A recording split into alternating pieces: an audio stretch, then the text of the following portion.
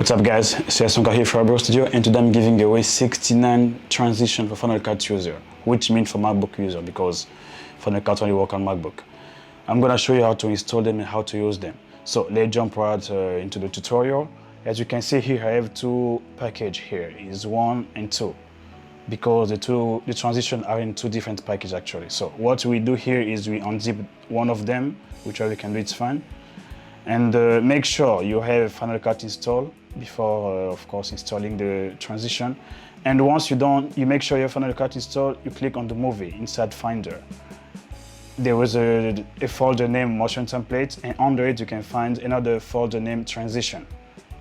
So you get Design Transition. As you can see, I've installed them already. And how to install them is pretty easy. You just take the unzip folder, you drag it down inside the folder Transition, and that's all. It's finished.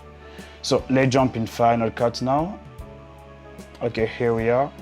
360, blur or dissolve, those are the transition provided Final Cut. As you can see here, I have DWT 1 and 2, so I can click here and I pick whichever I want. I just drag it between two clips and that's it. It's pretty easy to use.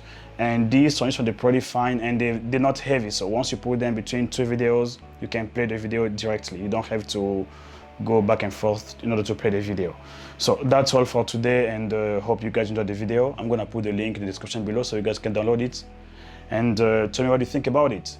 If you have any question, please ask the question, and I'm gonna be happy to answer you. And don't forget to subscribe, and see you next time.